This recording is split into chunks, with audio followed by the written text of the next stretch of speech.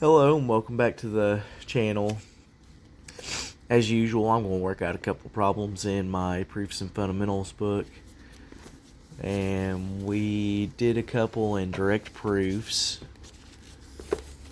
So I think it's time to move on. Because really none of these have been challenging so far. So I want to go on to the next section. I kind of want to get through these as quick as I can and move on to a specific field of mathematics. I've got a couple different books, abstract algebra, analysis. I believe I might have graph theory in there, but we got a couple different things we could work out of. So we'll go to 2.3. This is proofs by contrapositive and contradiction. Let's find us a problem to work out of. Okay. Here we go. I can see. Let me get over here and show you. So, I guess back when I was in college, I probably did 0.2, 0.4, and 0.8. So we're going to skip them. We're going to go straight to 2.3.3. Let A and B be integers. Prove that if A does not divide BC, then A does not divide B. Okay. So let's write that down. Let's get this started. So we know... as usual, I'm going to write very informal as I'm working these out. But if you can go through and you can logically come to the conclusion of the proof, writing it up formally isn't too difficult. Sorry, I just realized we had a bit of a blur there. Okay. Back to 2.3, lost my spot. There we go. Okay, so we want to prove that if A does not divide BC, then A does not divide C. Alright, and so the section is obviously contradiction and contrapositives, and based off the wording here, I'm going to guess contrapositive is the way to go, and that is basically the section I skipped on logic. You have this is some sort of statement. It's if P then Q. So an equivalent version of if P then Q is not Q then P, not P.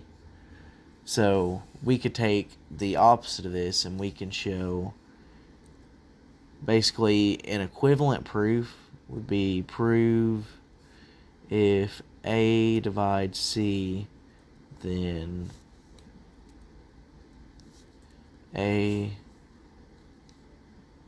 divides BC.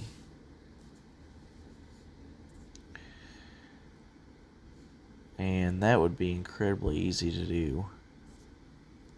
So,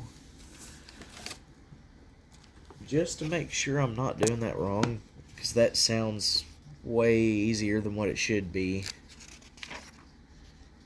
I want to look and see. Okay, yeah. So I found the section for contrapositives right here. It says, for our first method, recall that the contrapositive of P then Q, the statement not Q then not P, is equivalent to P then Q. So, we are doing that right there. It's going to be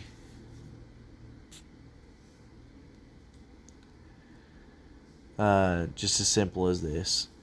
So we're going to say, suppose A divides C, then we know that C is equal to AX, where X is an element of the integers. And let's just say multiply both sides by B. Then we have B, A, X. But we can change our terms around and have A times BX. But integers is a closed set under multiplication. So BX is an integer. So there we go.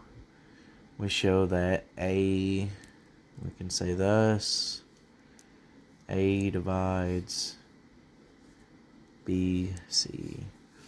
And then if we wanted to take it a step further, we could even say, therefore, as an equivalent, A does not divide BC shows A does not divide C. But we set out to prove what we needed to prove. Let's go on to the next one. Let's see. Contrapositive. Contradiction.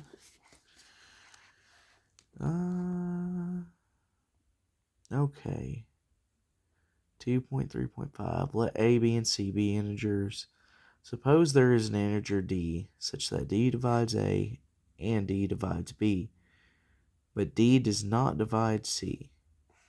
Prove that the equation AX plus BY equals C has no solution for such that X and Y are integers. Okay, that sounds really complicated. Means it's going to be fun. So let's get to writing this out. We'll go ahead and just section that off. So A, B, and C are integers. And D.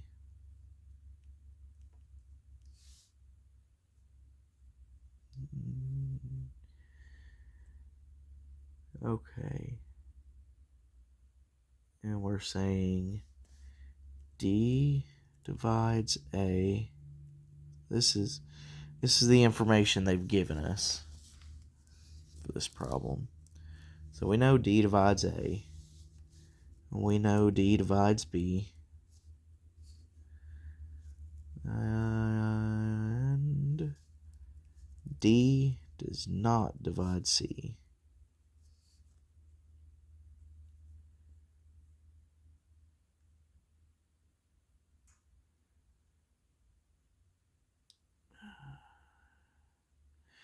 Okay, and then we need to show AX plus BY equals C has no solution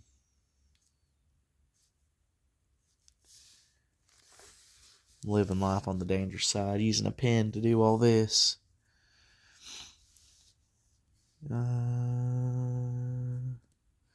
Okay, such that X and Y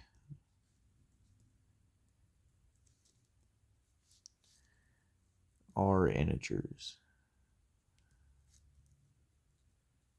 Just do the Z there. Okay.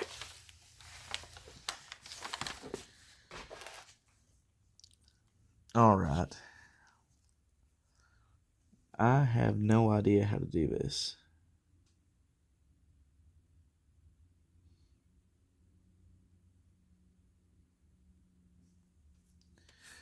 Like, not even the slightest. So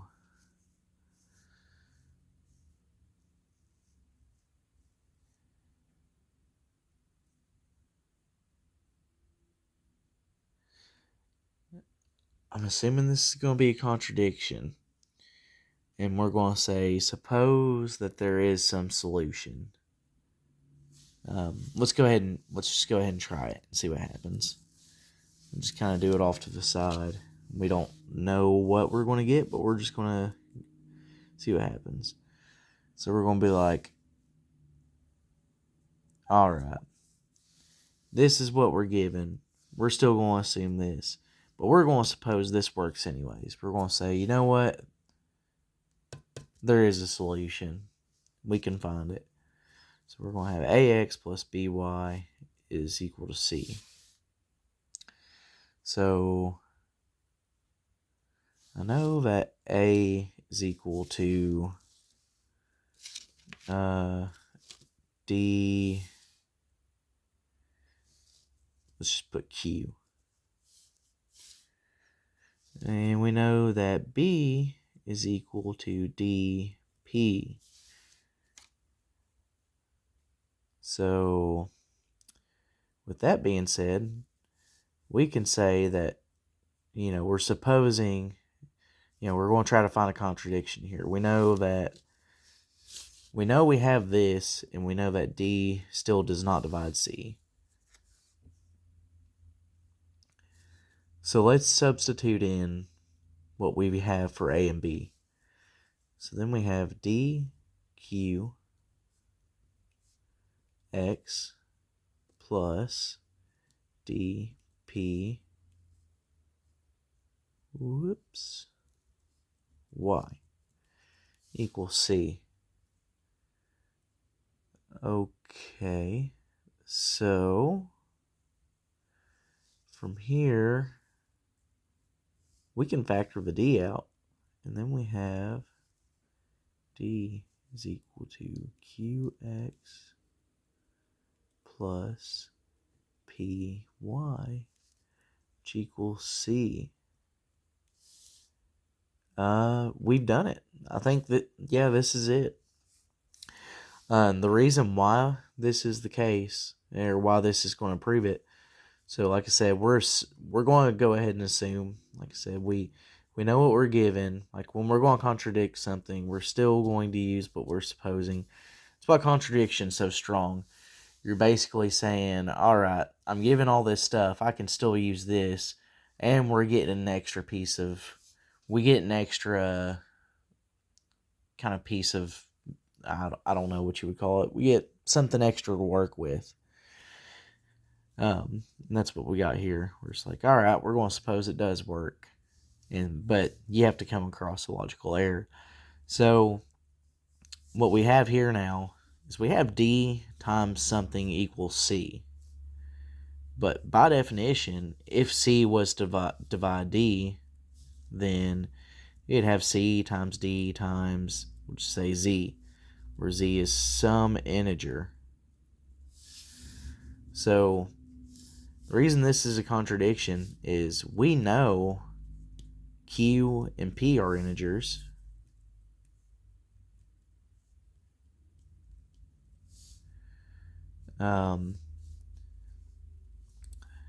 So if X and Y are integers, this whole thing is an integer. So notice that, say, if X and Y are in the integers, then, we know that integers are closed under multiplication. So that would be an integer. This would be an integer. The sum of two integers is an integer. But that means we have D times an integer is C. And we're saying that D does not divide C. And we've contradicted ourselves. And then, so the only alternative is X and Y are not integers. Thus, it has been proven.